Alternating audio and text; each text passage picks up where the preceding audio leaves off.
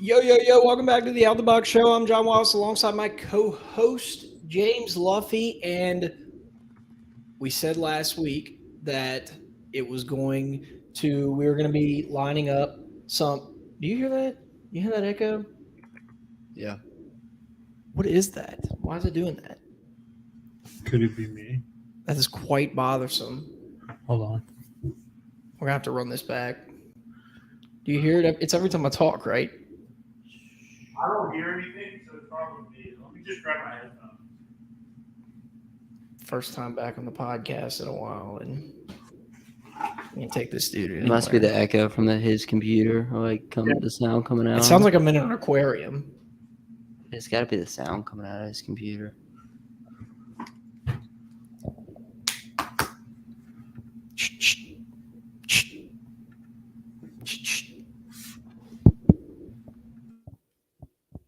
That's better. Yep. Can y'all hear me? Yep. All right, we're good. Yo, yo, yo, welcome back to the Out the Box Show. I'm John Wallace alongside my co-host, James Luffy. And Luffy, we took last week off. We had to mentally prepare for the LSU baseball season. We had to, get all of our notes together, take a deep dive into the research. And another part of the tweet that we sent out whenever we announced there wasn't going to be an episode was that we were going to start lining up some very special guests on the Out the Box podcast. And what do you know? Our long-lost co-host, Rory Luke, is our first guest in this chain of guests that we're going to have on the Out the Box podcast. Rory, how is Crane? He's doing great. James John? How is Rory, John, James, Crane, Webster, Luke, Crane? He's he's doing great. Healthy, just turned. All right, well, I'll let y'all guess. How old do y'all think he is? 5 months. 5 months. 5-6 months. No way, it's 6. No way, it's 6. He's 4.5 months. 4.5 months. Okay, well, That's pretty good. I swear it Yeah, seems I know, like y'all are pretty close. it seems like just yesterday that we were. What did we do the night that he was born? We were giving out scores or something. We were podcasting during the. We were Yes. we announced the birth Yes. live on the Yes. podcast. So it was a very special. I cannot believe it was that long ago that we were able to do that. It was almost like some sort of harmony that only three friends that podcast could create. But all that to say, Rory, it's great to have you back. We hope we know things are going well for you, but we knew you had to come back to talk a little baseball, and we're stoked to have you as the first of. You're not a guest, obviously. Everybody knows that you're our co-host, but the first of some new faces that we're going to get on the podcast in the next coming weeks. So That's right. We might tease the next guest later on in the episode, but we have a packed show for you guys. LSU baseball is 16 days away. We are stoked. Like I said, we took last week off to mentally prepare, get our notes together, and really take a deep dive. And we have pretty much a full LSU baseball preview. We're going to go through the batting lineup, starting lineups in the field, who to look out for. We kind of talked a little bit about it with Chris Reed last week, but this is a deep dive, and I'm excited for it, and that's going to be the majority of the episode. We do have a few miscellaneous segments that we're going to get throughout the show because a lot happens in 2 weeks of not podcasting. So That's right. before we get to all that, I want to give a huge shout out to the Boot Crew Media Network, bootcrewmedia.com, and on social media at Boot Crew Media. All I saw on my timeline today was the Sean Payton news, him headed to the Denver Broncos to be the next head coach. Boot Crew Media was on top of it. It's almost like they know when news is about to break because they're always like right there, whether it be Chris Fozlogu with the Straight Up Saints podcast, giving a breakdown, going live, you name it. There's constant content. BootCrewMedia.com and on social media at Boot Crew Media. Also want to give a huge shout out to Blaine Luke with Keller Williams Realty. I'm going to say Blaine's phone number, and I'm going to read a text that he sent me from Egypt on Sunday. First of all, if you have any real estate questions or need a realtor, make sure to call or text Blaine Loop at 504-858-0031. He texted me from Egypt. He said, "Happy birthday." I said, "Thanks. Hope you're having a good time." He said, "It's been amazing seeing the world. The history is amazing. Plus, got 2 houses under contract today." So that's always a good feeling. He's making deals from Egypt. I saw a picture of him the same day riding a camel across the pyramids. Wow. So That looked awesome, by the way. yes. Blaine is It having never stops. He's having the honeymoon of all honeymoons right now, and he's making deals. Like, that's how you know he's a great realtor. And he's in a completely different side of the world, time zone, meaning while you're out, while you're sleeping, Blaine's up and Blaine's working. So make sure to call or text Blaine Loop at 504-858-0031 for all your housing needs. Side note, I don't know what Blaine had to do to get cell service in Egypt or wherever he was at, but that's the dedication he shows to his clients. So make sure to call or text Blaine Loop at 504-858-0031 for all your housing needs. All right, LSU baseball, 16 days away, boys. We've seen a lot of projections. It seemed like once LSU football season kind of ended and LSU basketball has slid as of late, everybody's putting out an LSU prediction. Everybody's trying to figure out who is going to be where in the field, where in the batting lineup, given how talented this number one team is. Jay Johnson has been talking in the press conferences about how talented we are and about how much he loves coaching at LSU. So we're fully prepared to take a deep dive, give our opinions, what we think. Maybe we'll post a graphic. I don't know. Yeah. Luffy's been practicing his skills in paint. Graphic design. Graphic I used to be a design. Photoshop expert in high school. What happened? What I don't have the changed? program anymore. It's like Mm. it's Well, I very mean, expensive. Dude, I mean, we could just easily take all the revenue that we make from the podcast Yeah, and get a subscription. we should buy it. Yeah. Yeah. So, all right. Do y'all want to? I guess the only question I really have is: would y'all rather start with the batting lineup or the lineup in the field?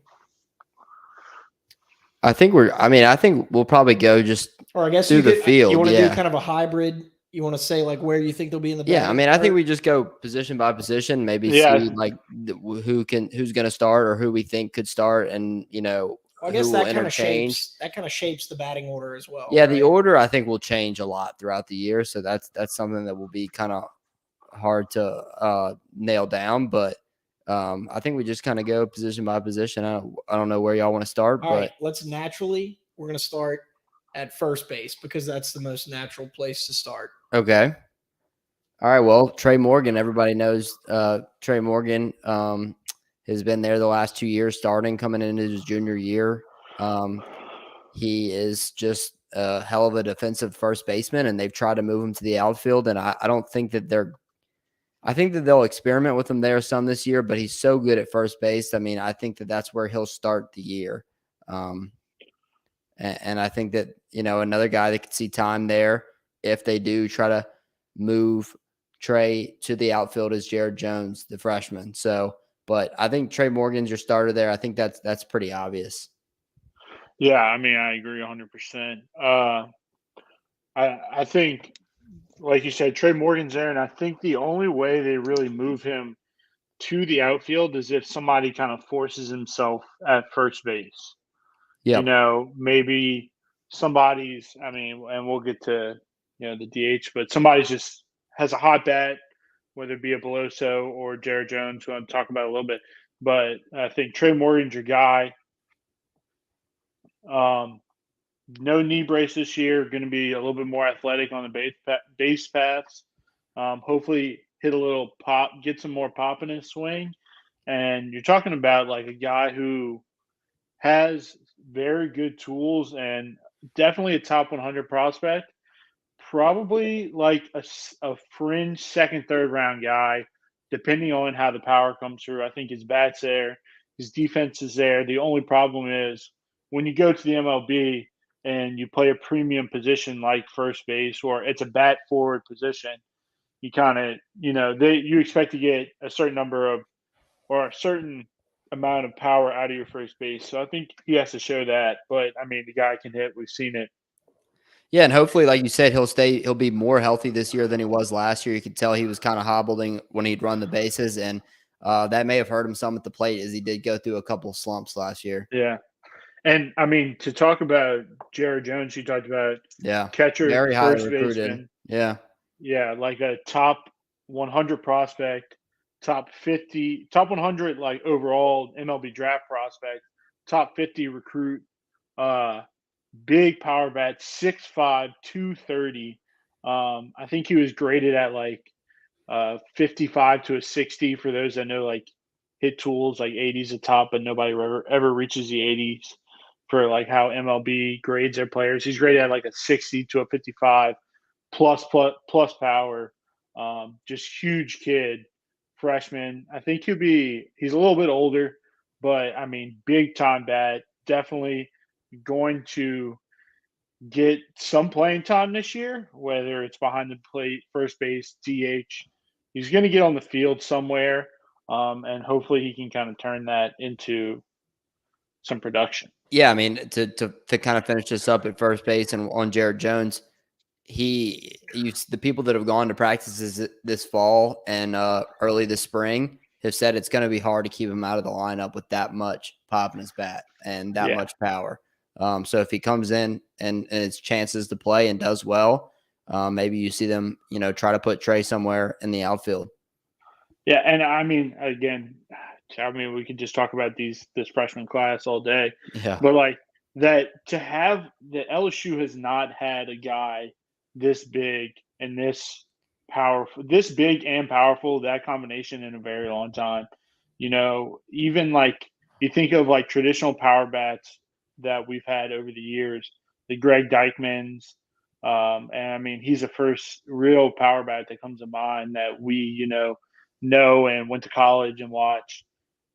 He is like a legit huge man and swings and hits the cover off the ball. So super excited to kind of just watch him this year and then also watch him develop because it's a guy that's he's a freshman. He's going to get in a college weight room. He's going to get bigger. He's going to get more power. Hopefully, loses some swing and miss and hits the cover off the ball. Yeah. And what I'm gathering from what y'all are saying is that it's the DH spot is just going to be it's going to be a log jam, dogfight. I mean it's literally you could pick and play any of them and put them in there. But, I mean, and to move to second, Dugas is another guy who could be in the running for that DH role, but I think he starts the first game at second base. Hopefully he's a little healthier this year than he was. He did struggle with injury at times last year. Kind of came on clutch towards the end of last year. And then Ben Napolt from VCU, the transfer, he hit 308 last year. And his defense, from all the reports I've read about through the fall and the spring, is really elite. And with the struggles we had last year, he definitely has a chance to get in that middle infield somewhere. Yeah, and like you said, hit Ben Napolt. There's no way that's how you say it, but yeah, I'm sorry. We gotta learn these names. And I was looking for the pronunciation on LSU's website. It doesn't have all the players. Well, how it has like the Cajun, like Napole, like no T. They had a sound one for the players that played last year from the box, but they didn't have like the So all right, hold on. I'm looking them up on Facebook. They always have a pronunciation for strange names. But like you were saying, I mean, hit over 300 last year. Also 430 on base percentage. Yeah. This is a guy that you like to see. Hopefully, me personally, I kind of like him in the 9-hole in college baseball, that kind of guy where when you flip the lineup, you have a 9-hole hitter. Kind of like we had Cole Freeman when we went to the national championship. He batted 9 a lot of the year because you kind of flip that lineup and your 9-hole hitter becomes a de facto 1 hitter again when you come back to the lineup. So obviously good eye at the plate. I mean, VCU is a solid Division I baseball program. It's not like the Chumps.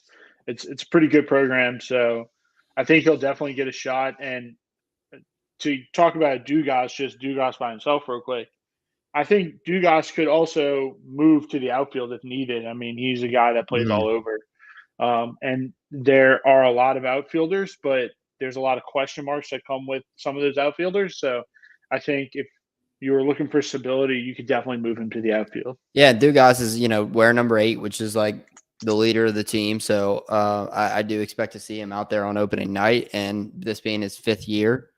So yeah, and I mean he's been all around the field. Yeah, and he has his junior year was better than last year, but he did battle injury.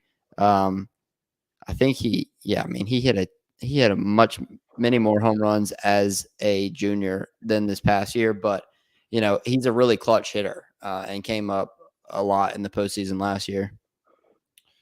So looking at short, yeah, we and to just as we talk about shortstop, there is a possibility for a guy like Jordan Thompson to maybe end up playing second base and all that. Like there's just so many different possibilities like we've all talked about, but I think y'all would probably agree it's pretty safe to say that opening day Jordan Thompson is going to be trotted out at shortstop. Yeah, I think so. I think a lot of people get really mad. It's when we defended him last year. I get flack all the time from this podcast from defending Jordan Thompson, but Jay Johnson has said that he has looked better. He wasn't healthy last year.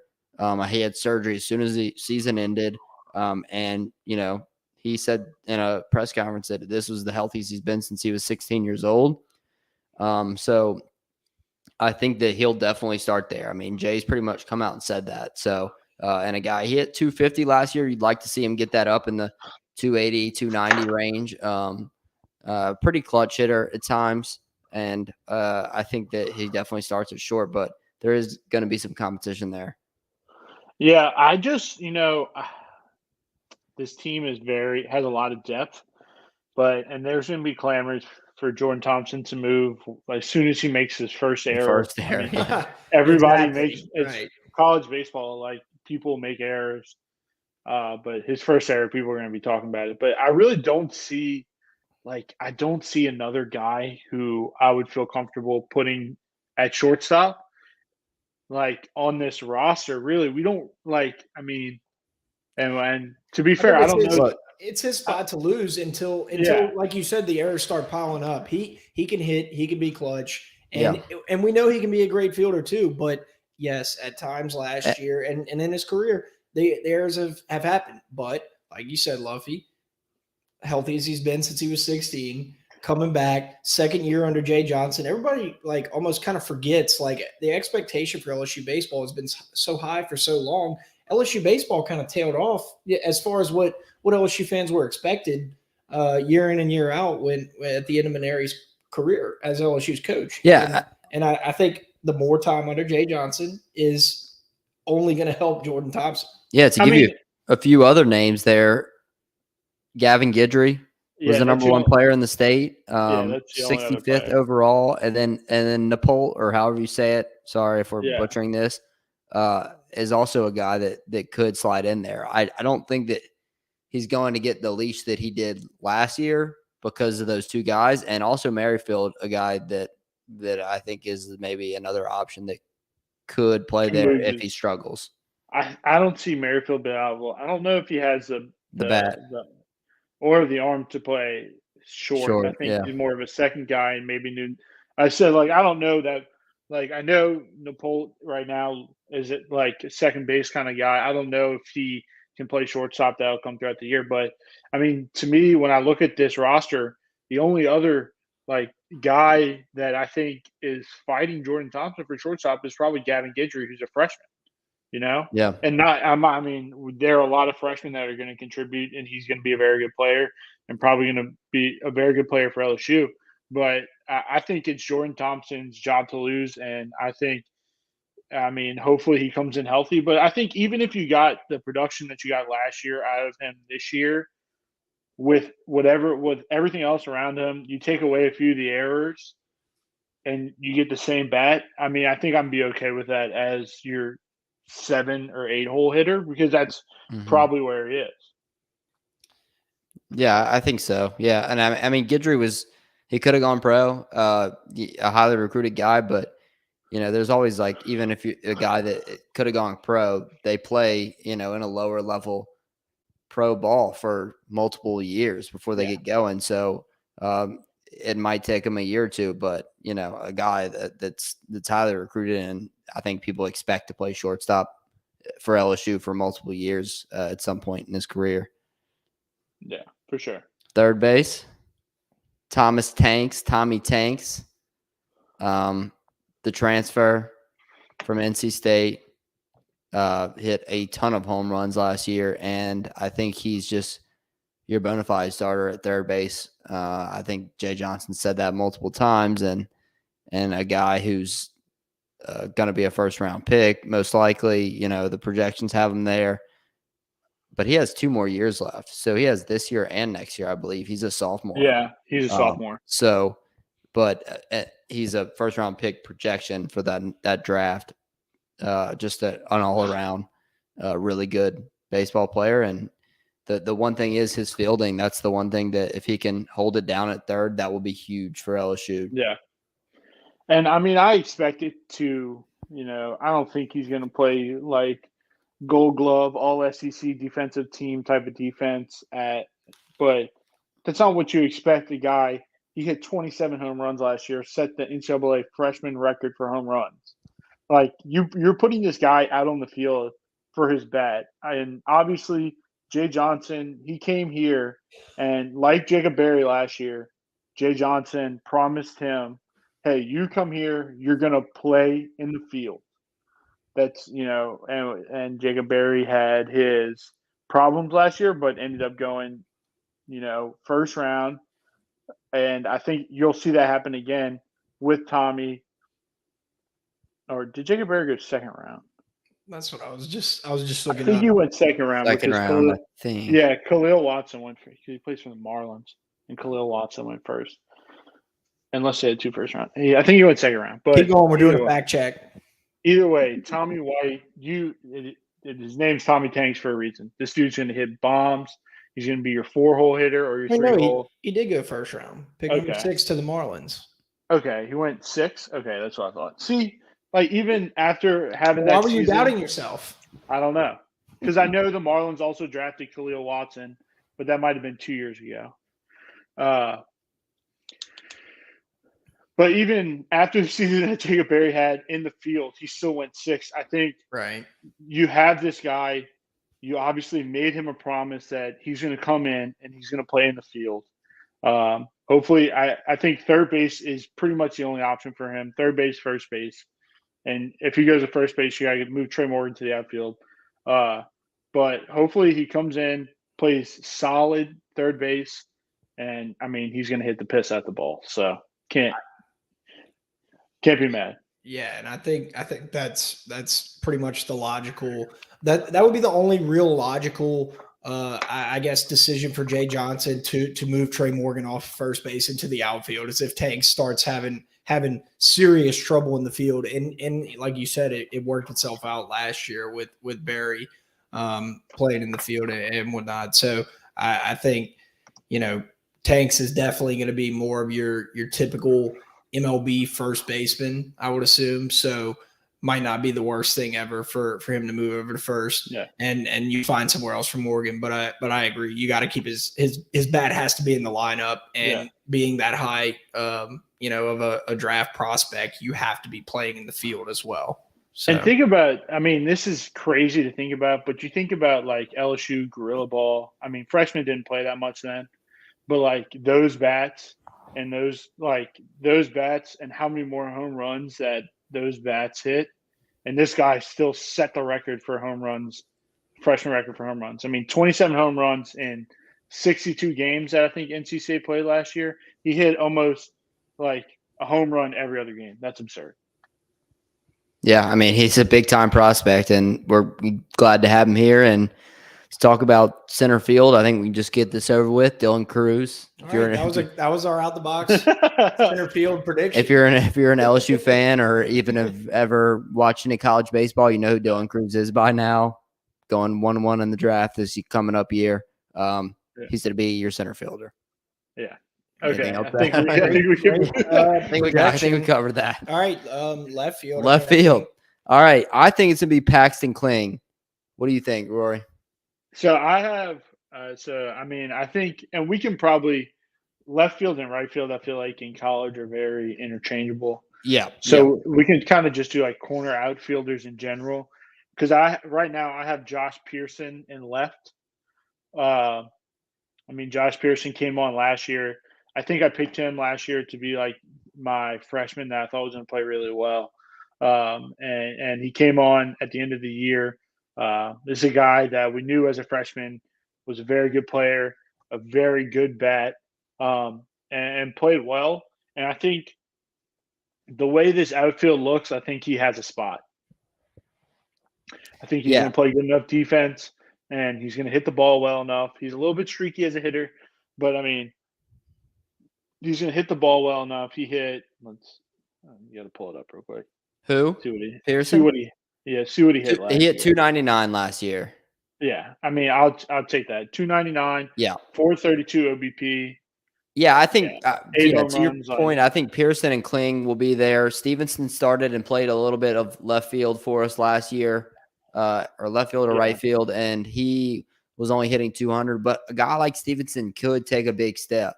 Was only a freshman last year. I think he's another guy in that rotation for the two wing outfield positions. I think between Kling, Stevenson, Pearson. And Dugas. Yeah. And Braden Jobert as well. Yeah, and Braden Jobert as well. I have him listed as my starter for DH right now. But yeah, I think it's going to be so competitive, and to get on the field and play for this team, it's going to be extremely tough. I mean, it's just there's so many guys, and there's a lot more talented freshmen that we haven't even mentioned yet. Yeah. I mean, and to talk about Paxton Kling, I mean, this guy is another top 100 MLB prospect and a number 6 recruit in the nation. I mean, he's like a very highly touted guy. But I mean, he's definitely going to he'll be center fielder next year, for sure. But my only concern is, he has a little hitting question. That was kind of his question going into the draft. Was how will he hit? His swing isn't like completely smooth. I don't know if he's like a Dylan Cruz level of freshman player, like where this guy immediately comes in, you're like, holy moly, how did he not get drafted? I don't know if he's going to blow your socks off like that, but I think by the end of the year, he will be an everyday player. I think maybe day one, I don't know if he'll be out there. I think it'll probably be Pearson and if Skeens is pitching, it'll probably be Pearson, maybe him, and Jobert at DH. But I think it's probably going to be Jobert and right when Skeen's not pitching. But I mean, we'll see. And like you said, Stevenson, very good defensive guy. Obviously, high pedigree. Andrew Stevenson, his brother, went to LSU. Very good center fielder for LSU. And a guy who plays hard. We saw it last year. Plays hard, runs the bases well. And if he can make that step, I think he's a very good player. So, dude, as we keep going through these positions, and we have one more, which I do believe is probably the biggest question mark as far as the field goes. But as we're going through this, I just can't help but wonder how Jay Johnson's leash is going to work. Right. Like, I don't understand how it's a great problem to have. I mean, we talked about it with LSU's quarterback room, even this past year. I mean, it was just, you have so many talented guys, and it's like, what if you put one guy in and he hits one home run in a game, but another guy would have hit 2, you start playing that game with yourself. And it's like, I really am just interested to see the leash, to see, I mean, you come out and you start slumping for 2 or 3 games and you just plug another guy in. Yeah. I mean, and it's crazy. We're about to talk about 2 catchers that are freshmen that were extremely highly recruited, to get to the last position here. But you have Alex Milazzo coming back from injury. Everyone knows his struggles at the plate. He's got to hit the ball better. But I do think you see him as that day one starter. You think? I wouldn't be surprised if it was Brady Neal. Yeah, I think I'm leaning towards Brady Neal. Brady Neal number 2 catcher in the nation, top 30 player. And when you look at this guy and you look at like what MLB evaluators saw about him, they say he's just like no real plus tools, but this kid is an all-around catcher. Got a solid arm, plays good defense, can hit the ball for contact, can hit it for power, just like an all-around player. And I think, and with the way that Milazzo has hit the ball, I think that maybe day one is Milazzo, but I think again at the end of the year, you're going to see Brady Neal in there and playing every day. I think the bat alone, just having a solid bat behind the plate and still being able to play good defense. I don't know if he plays Milazzo level defense, but sometimes Milazzo, his defense kind of gets hyped up because he does throw a lot of people out, but like sometimes it leaves you some questions. So I think we're in a good spot to have behind the plate. I would be comfortable with Milazzo playing, and I'd also be comfortable with Brady Neal playing. I think Milazzo is a solid catcher. They're both going to play. I mean, I think that's pretty obvious. One catcher doesn't start all games. You can't. I don't think you could run a freshman catcher out there for every night in and night out. He's gonna have to have some nights off, even if he is the main starter. You're right. And I think Travinski, if they try to play him some at first base, but you catchers tend to get injured. I mean, you usually have one catcher get injured every year, or maybe it's not for the whole year, but he gets banged up for 3 or 4 weeks. So having 3 catchers is extremely important. I think Travinski maybe does, play a little bit this year too. His guy hits for a ton of power, and he can be kind of streaky, but he can come in and hit 2 home runs like he did, I think, at Florida last year and kind of won us that series. But what if Neal would have hit 3? Yeah, I mean that's part of this team being so stacked. Man. And I mean another guy, Ethan Fry, who was the number 1 catcher in the state of Louisiana and the number 2 player behind Guidry and the number 12th ranked catcher in the nation. So there's just so many guys on this team that we haven't even gotten to, but I think that kind of wraps up our position. Well, and I think we got to talk about it. Well, also, I mean, we got to do DH, DH, and to go back to Jared Jones, first base, he was also a catcher. Yep. He's also a guy who played catcher in high school, and so we signed 3 like big time catchers. Yeah, but they I think Jared Jones and Ethan Fry, or Fry, however you say it, or could play, definitely both play first base too. Yeah, I agree. So why don't we do this? Why don't we clean up after we talk about the DH, we'll clean up the infield talk. Okay. And then we'll talk pitching. And then I am going to give you guys a batting order just off the cuff. And I want y'all to point out holes, because I think it's like you kind of said, it's kind of a shot in the dark to determine what you think the exact starting 9 batting order is. I think there's a few, I guess, obvious spots where guys might go, but I'm going to just lay out one and y'all tell me how wrong I am, which I don't think we're going to 100% agree on it. So, but let's clean up the infield talk and the outfield talk. All right. The field and the catcher. We got DA. we got DH. We got Braden Joubert. And you're talking about a guy who could bat clean up. If you need to get your yard cleaned up, your house cleaned up, and you need a storage container, you need a portable restroom rental, you need a roll-off dumpster, you need a porta potty, you call Martine at Workbox. It's 225-343-4886. They're the cleanest porta potties in the business. If you need a storage container, portable office, portable restroom rental, roll-off dumpster, call Martine at Workbox. It's 225-343-4886. Call Martine at Workbox. He's going to do a baseball tailgate with us too. Yeah, by the way, he always does. We always do one every year. So I want to just take a second right there. I am so proud of that segue that you just came up with. Thank you. Did you got a little worried when he started talking like baseball, and you were like, "Oh wait, we're supposed to do the cleanup segment"? No, he knew. We had like a meeting of the minds. Like I knew exactly. We were on the same wavelength there. But yeah, I mean the DH position's pretty much whoever's not Yeah, you're gonna see in the field. You're gonna see Paul Skeens there, the pitcher. That's insane. You're gonna see Kay Beloso there, maybe Braden Jobert, who hit a ton of home runs last year. Jared Jones. You could see like Brady Neal there. There's a lot of players that could show up in that spot, and it will kind of rotate, I think, throughout the year. But I think Jobert is kind of maybe close to a shoe-in, depending what they do in the outfield for that first night. And I think with Skeens, I think he'll be there when he doesn't pitch.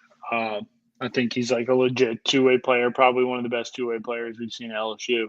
But can he pitch, throw 100 pitches on Friday night? I'm not, by the way, don't mistake this as me doubting him. I'm genuinely asking, is it reasonable to expect him to pitch 80, 90, 100 pitches on a Friday night and then bat Saturday and Sunday? Yeah. Is that a reasonable expectation for a college pitcher? Because I don't even think I've ever seen that. It's been around and people have done it, but at LSU, I can't remember any player. I mean, what? No, we haven't had a two-way player that has been like a legit two-way player in a very long time. But I mean, in college baseball, I think he can definitely go out there and give it all Friday night, and also turn around and be very good on Saturday. Here's a question I've also got, and just before you go, Luffy, no shot in hell that he pitches and bats on the same night. No. Correct? No, I don't think. I think Jay Johnson said that they won't. That question. I mean, that's a fair question. Yeah. You know? No. I mean, yeah, it is, and I guess to roll right into the pitching staff, I think he is your Friday night guy from everything we've heard. Yeah. I mean, legit guy. He's a top 20 pitcher. He's a first rounder. There's some people that have him as high as going 4 in the draft. Top 20 overall prospect. There's some people that have him as high as 4. I mean, a legit guy. Huge. We played Air Force 2 years ago, and I specifically remember him playing first base. So I was like, holy shit, that guy is huge. And I'm pretty sure he hit a home run against us, which maybe is why he's here now, but who knows? I mean, he's legit comes. He's going to be one of the best Friday night guys in the SEC and all of college baseball. Also, John, just to talk about two-way players, Brendan McKay, he drafted by the Rays in, I think, 2017. He went number 4 overall. He All-American pitcher and hitter. I think he hit like I don't even know. Let's see. Pitched to like a 2.2 average and hit over 300, like with 28 bombs in his career. So I mean, he was a legit two-way player, but you just don't see that often. I mean, I just remembered him off the top of my head. So that would just be I just can't imagine going out there and throwing however fast he throws, throw 100 pitches, and then he's out there trying to hit a baseball. It's just Shohei Ohtani. But then also, yeah, and I mean, yeah, freak of nature, right? But yeah. But yeah, I guess that's why I'm sitting here, and he's the ace and potentially our DH. But I mean, what better of a year is it to have this much depth at DH whenever your Friday night pitcher can also play DH? I mean, it's stupid, honestly. And to get into the number 2 Saturday guy, this is who I have. I think Luffy has somebody different, but I think whoever's going to be I think we're just splitting 6 here between who pitched Saturday and who pitched Sunday. But I have Hurd as the Saturday guy, transfer from UCLA, sophomore. Didn't pitch that much last year because he got hurt at the in the middle of the year. But when he did pitch, he was legit. I'm pretty sure under 2 ERA last year when he did pitch. I mean, he was a legit prospect beforehand. Very good. One of the top sophomores I think top perfect game has had him at like number 8 overall sophomore. Last year, yeah, he had 6 starts as a true freshman with a 106 ERA, 48 strikeouts, and 34 innings. Just a legit 6'4", big guy, right-hander. And that's what I have as my Saturday. What about your Saturday, Luffy? Yeah, I mean, I think that maybe is how it starts, but I also see Ty Floyd as a guy they've talked about a lot whose velo is up, and they got him throwing a couple different pitches. We knew that he could really only throw one pitch last year, and that was a big issue for him. If he could work in a second pitch and his command is there, he could be a very, very good pitcher.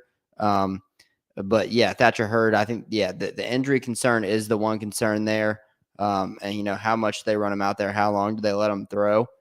It seems like it's going well for him. So, we're hoping he can be that number 2 guy.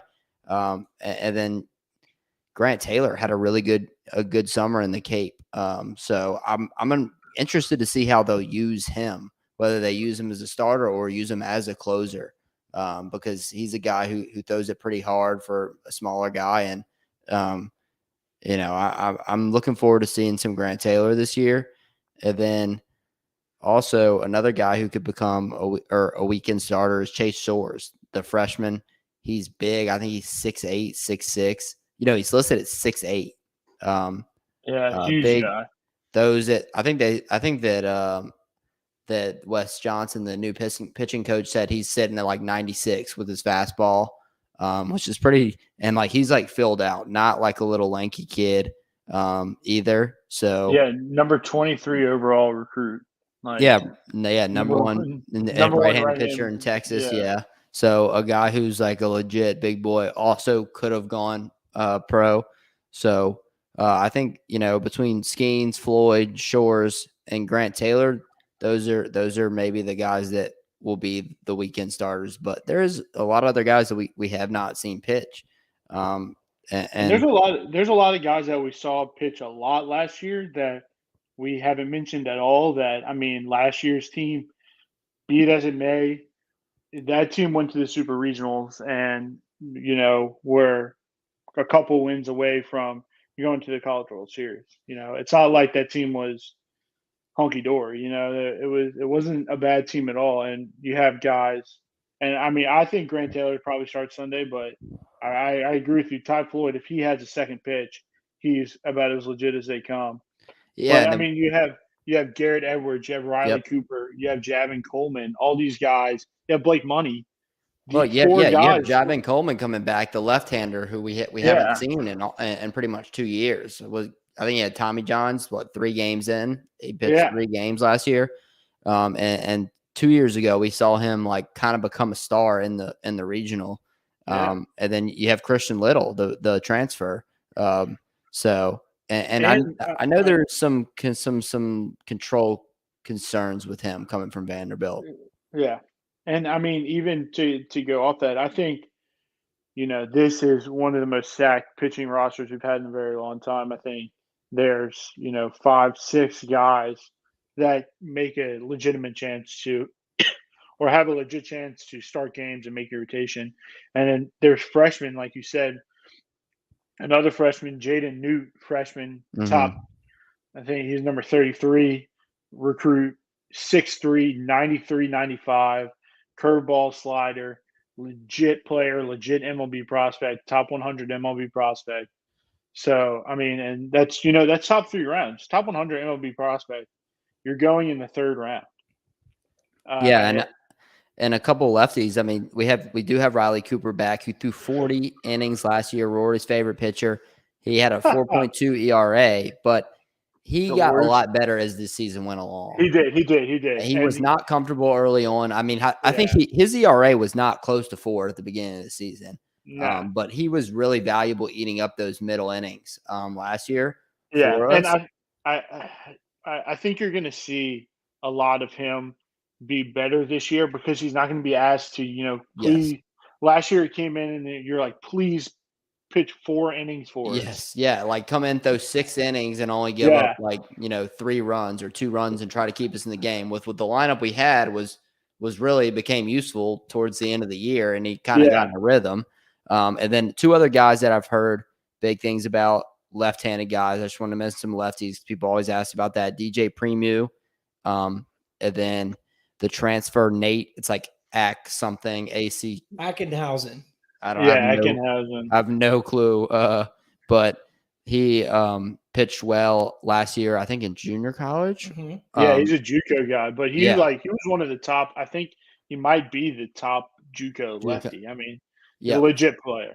Yeah, so there's some lefties this year. I mean, last year it was pretty much just Riley Cooper, especially after Coleman got hurt. So it's important to have left-handed pitching. It just is. I mean, when you get to play the elite teams, and which we'll play every weekend and week out in the SEC, you have to have lefties. Yeah, Nate Ackenhausen in JUCO last year, he was a starter. He pitched to an 8-1 record, 1.84 ERA, 14 walks, 89 strikeouts.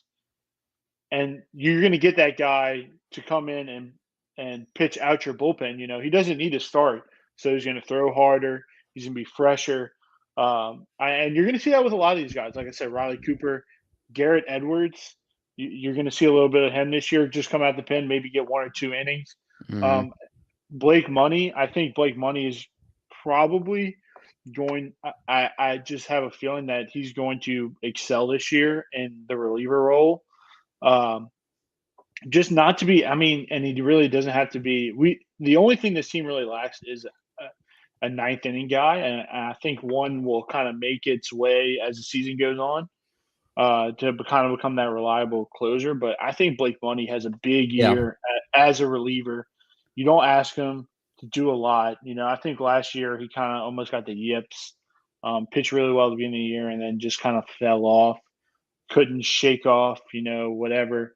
Yeah, I wouldn't be surprised if Grant Taylor became the closer.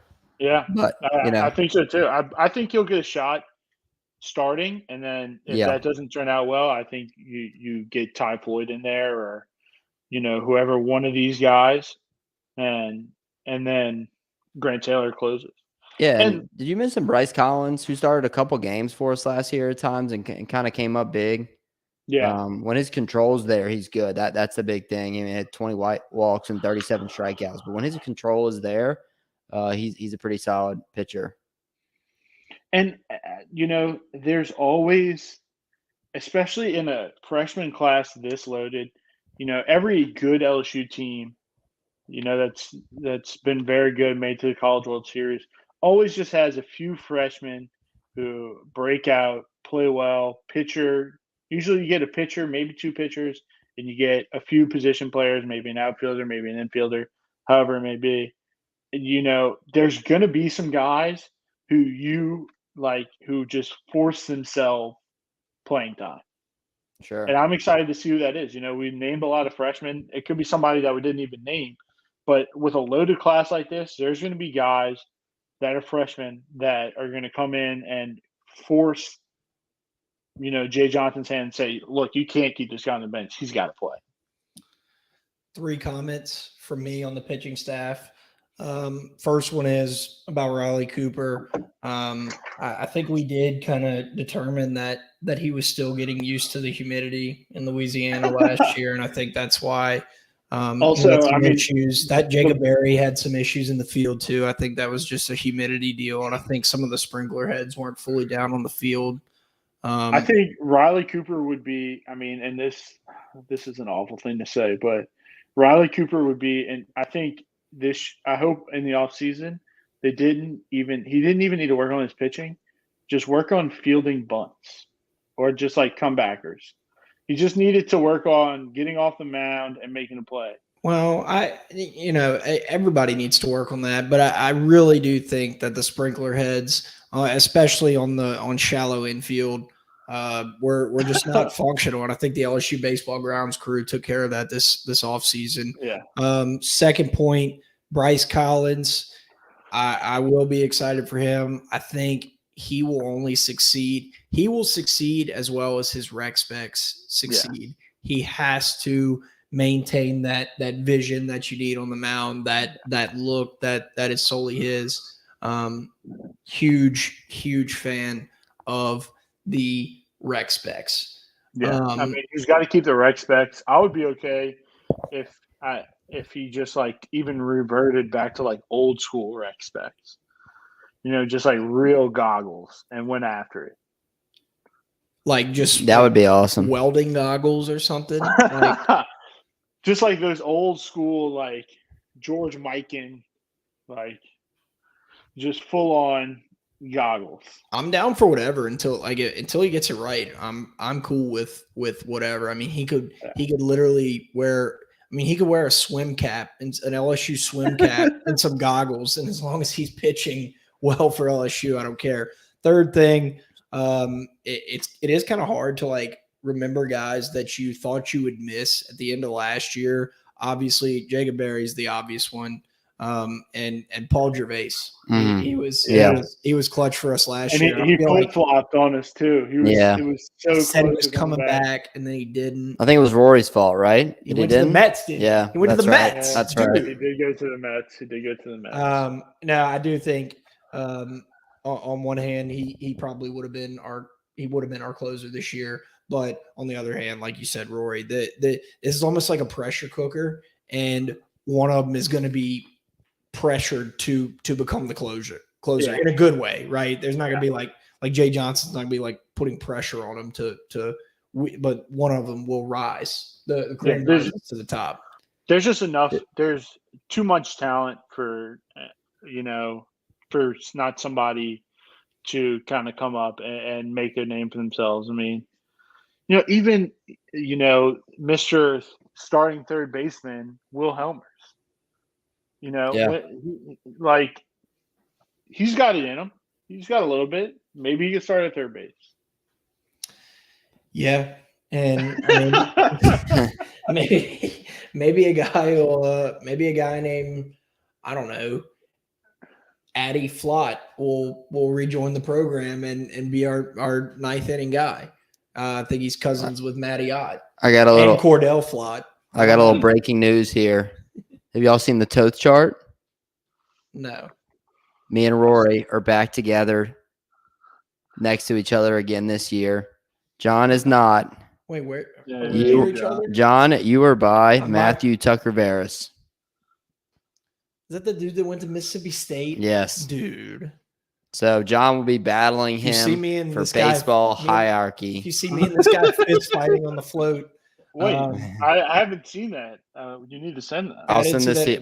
I did. Shout out Colin Harry. He's texting me. He said he must be on the other side. Yeah, you're right by Colin and Matt. That's yep, huge. You got a good spot. Yep. All right, so me and Colin, if you look over and you see a guy in a headlock,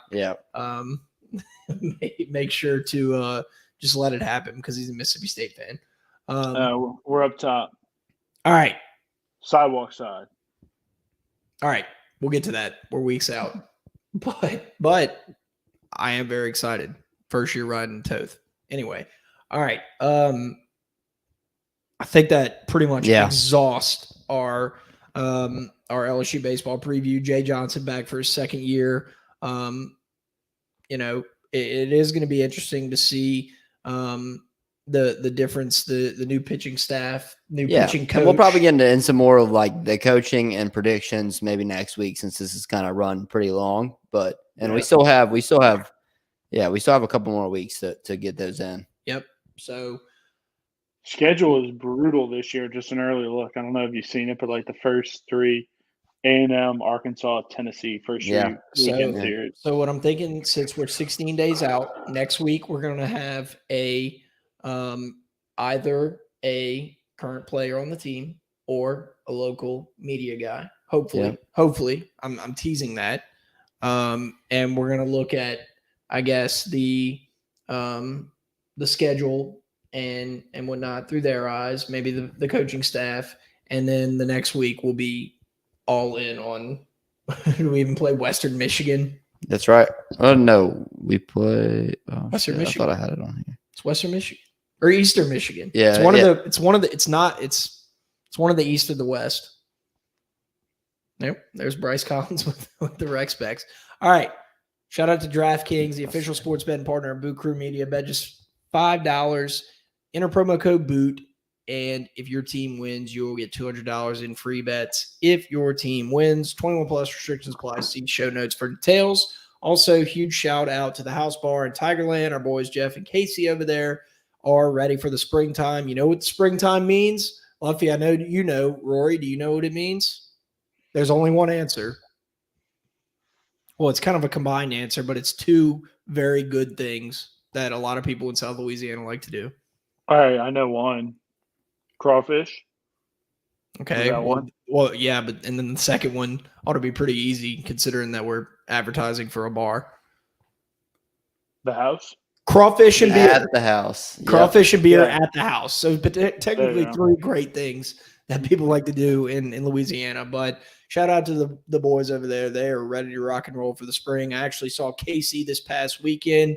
He is stoked for LSU baseball season. We're going to be going to some games with him this season, and we're going to be tailgating. I also talked to Matthew Dupre. By the way, I don't know if we've actually mentioned this, but he's back in New Orleans now. He was our beat reporter in Houston. I did text him the other day. They will not be having the Shriners Classic in Houston, which absolutely sucks because he organized a fantastic time there last season. But he did make sure to say that we are going to party and tailgate for LSU baseball this year. So we're going to pick some dates. We will keep everyone updated on that. But anyway, back to the House Bar in Tigerland. Make sure to follow them on social media at Tigerland House for Twitter and House in Tigerland for Facebook and Instagram, and at thehouseintigerland.com.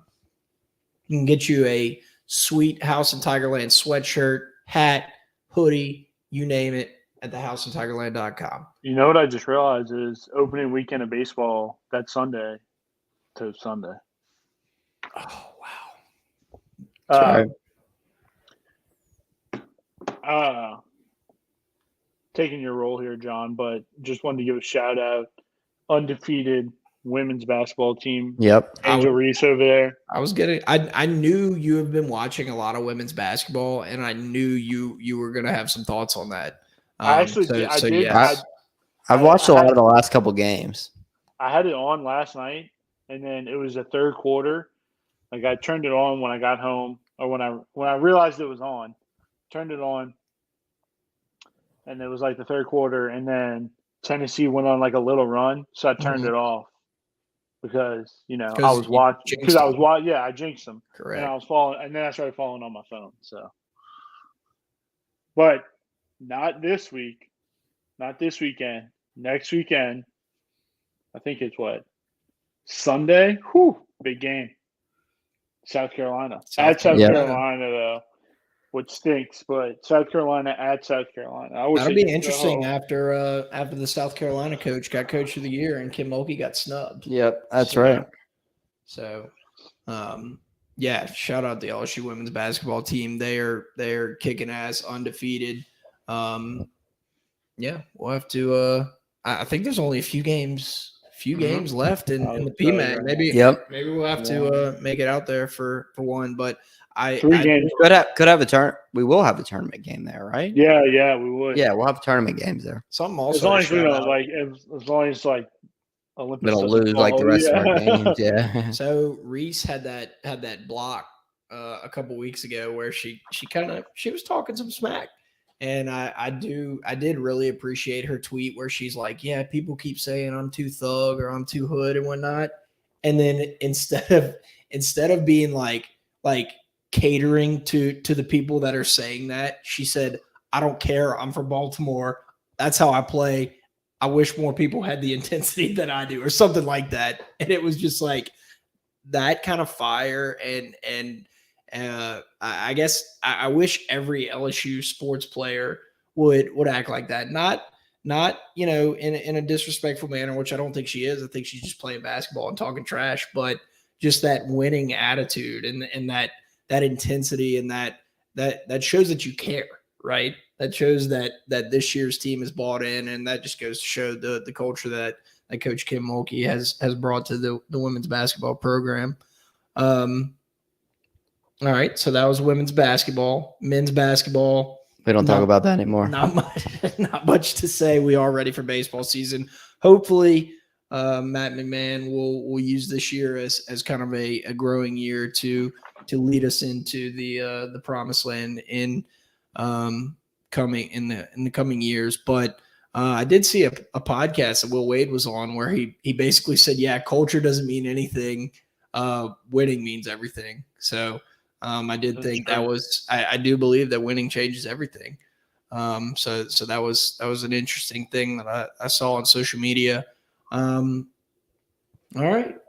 I think that was a great show. I think that was all encompassing preview of LSU baseball. Talked a little women's basketball. I have one mini segment after we shout out all of our sponsors, including the House Bar in Tigerland, Workbox LLC, Blaine Loop of Keller Williams Review. Also want you to know the Keller Williams and Equal Opportunity as a partner, each office independently owned and operated.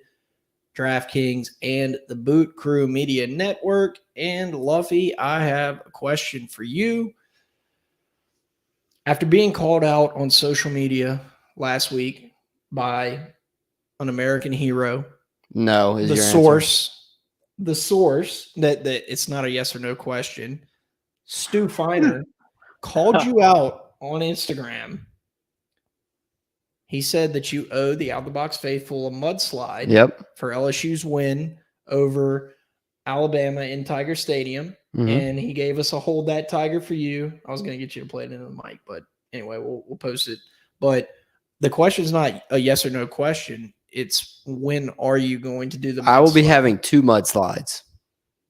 2 mudslides one day soon. Like the drink? Yep. Okay. I knew you'd find a loophole. Yep. I should have. It's a good one too. Should have made that more. It's a really good one. Hey, a mudslide's a great drink, and they'll sneak up on you. Yeah. So we'll go somewhere, and I'll pay for us to get mudslides. Okay. Well, hey, you are a man of your word. House of Tigerland. You're a man of your word. I don't think they have mudslides there, but I don't even know. I don't know anything about that. A mudslide? No, I'm in the dark about that whole bet. So basically, no, you were around for that. Basically, I said if LSU wins, the rain's going to be terrible on Saturday. Are you going to do a mudslide? And Luffy said, I don't even know if he even agreed to it, but I basically said that, yeah, you will. And then we had the tailgate that weekend, and it was pouring rain.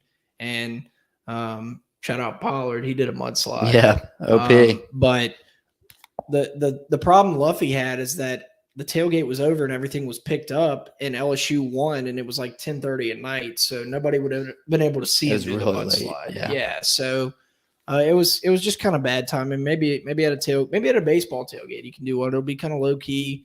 We'll be just sitting back, cracking some jokes, and gearing up for an LSU baseball game. So, but it has to be on the parade grounds. Anyway, Stu Feiner, I'm not the one that got called out by Stu Feiner. So shout out the source.